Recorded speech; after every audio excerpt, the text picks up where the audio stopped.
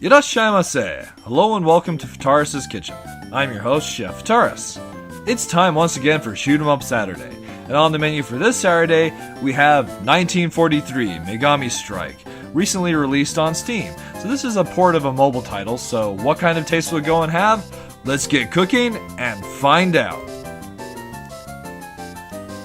So first off, a little background of my interest in the title. So this one when came out on Steam Greenlight about a month and a half ago, and the pitch went and interested me, so I went and voted yes. Basically the idea is it's a shoot 'em up where you're going and collecting cards that go and represent planes and girls, and then, well, using those particular cards in shoot 'em up stages to go and progress throughout the game. You can also go and have, there's a dating option as well to go and date some of the girls. So there was a lot of interest in just the basic premise.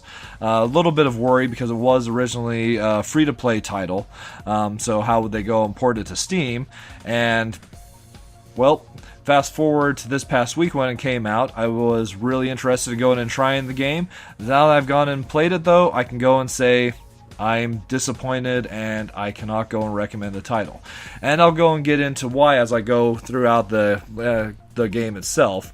Let's go and talk just a little bit about the port. So it's bare bones as can go and be. It's basically you've got the game going and running almost on like a mobile emulator. You've got mouse controls and some of the controls go and use a little bit of keyboard, but there's no customizability there at all. Settings are bare bone as well. You've got the sensitivity, skill buttons you can have on the left or the right side, and your language. And that's basically it. There is the volume options, but other than that, there's no settings whatsoever. As far as even the graphical options are concerned, I've had problems with the resolution. You can full screen it going and using Alt-Enter, but if you happen to exit the game while it's full screen, when you go and open it up again, it goes and opens up in a really small resolution. Then if you go and full screen that again, it just looks wrong. So there's definitely some problems there. So that aside, let's go and have a quick look at what the game goes and has to offer as far as gameplay real quick. So you can go into quests, and those are your actual stages that you go and play. So each stage goes and costs stamina, which you have a stamina gauge up here, and you can go and click on the stage. Once you go and select your stage, you go and select your squadron. So here's where the cards go and come into play that you go and collect. The cards go and represent these different girls and these different planes, and it's possible to go and customize your squadron with the cards that you've gone and collected. So here we can go and see all the various ones that I've gone and collected. We can go and adjust who we want to go and have in the party. And then once you go and have that configured, you can go back. The only way I found to go and do that is escape, by the way. And then you can go and launch. Once you've gone and clicked on launch, you go and select a partner through either, or friend as they're going and calling it, through either mercenaries that you go and pay for, or just recommended individuals that have also gone and played the game. So a little bit of community camaraderie feeling. That's pretty standard for free-to-play titles. The gameplay itself is relatively straightforward and very simplistic. So being a port of a mobile title, they went and took just the bare bones style of gameplay and ported that over to the PC. So you use the mouse to go and control and move your plane around the field, but that's really all you're going and doing is just going and moving the mouse. There isn't even the need to go and press the fire button as you're going and firing automatically. You can go and switch between which planes in your party you're going and using by default with a slight cooldown between switching between them. Then you can also go and activate bombs and skills. But keep in mind, this title was originally a free-to-play title, so those ones are finite resources, at least the bombs are. So here's the boss of this stage. We'll go and use our skill, which I'm not really sure what it goes and does. Then we can go and activate the bomb. And it's also possible to go and use that friend that we went and selected to go and help us out in the course of the battle. And just like that, the boss is down and the stage is clear. We go and get a nice triumphant fanfare, and also a results screen that goes and gives us a grade for how we went and did on the quest. And we also get to go and pick a reward at the end of the game, which is usually a card that goes and represents another girl, but it's random, so we have to go and pick one of these 6 chests. And we went and got number 34, which is, neat. We can also go and send friend requests to people that we went and used, but that's the basis of the game itself. Now let's go and talk about some of what I feel is wrong with the title. So first off, the mobile game is free to play. So if you're going to go and check out this title, I recommend going and checking out the mobile version. But the Steam version has a suggested price of $20 and opening week sale of $12 US dollars. And that'd be fine if it wasn't still based on the whole freemium model. So we still go and have this cash store for this resource, gold, which we need to go and buy all these items that we can go and use to go and further our gameplay. And for a title that already goes and has a relatively high price point for what it's going and offering, going and having a cash store like this is almost unforgivable. We can go up to $100 for gold that shouldn't go and be there at all.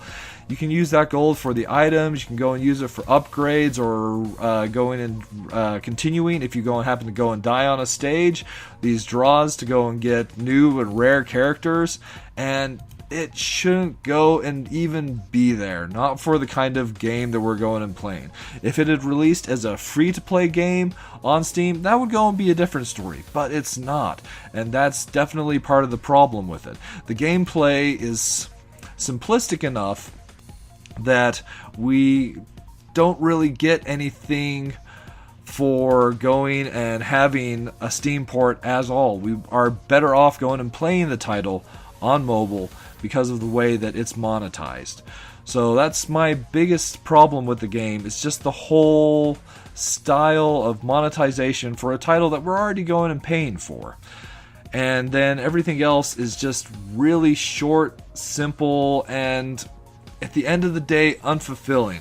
Even the date mechanic that is there is just feels like it's kind of half-assed.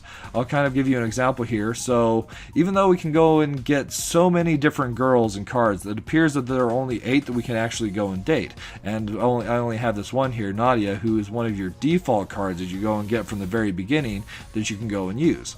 So let's go ahead and take her out on a date.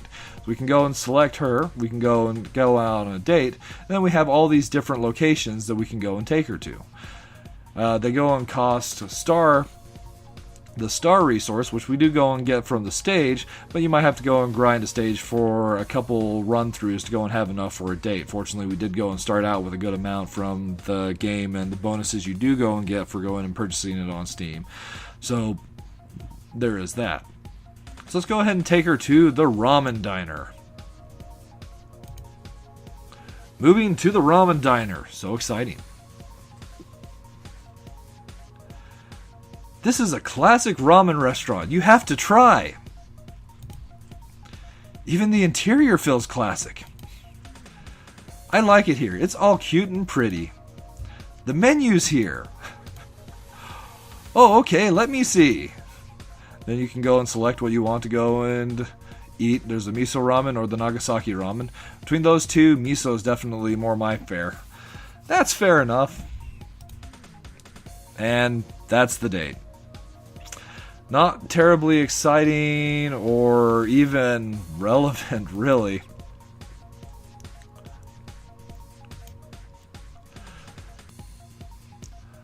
There is also events that are going to be held throughout the course of, I'm assuming, as long as the game is supported on Steam.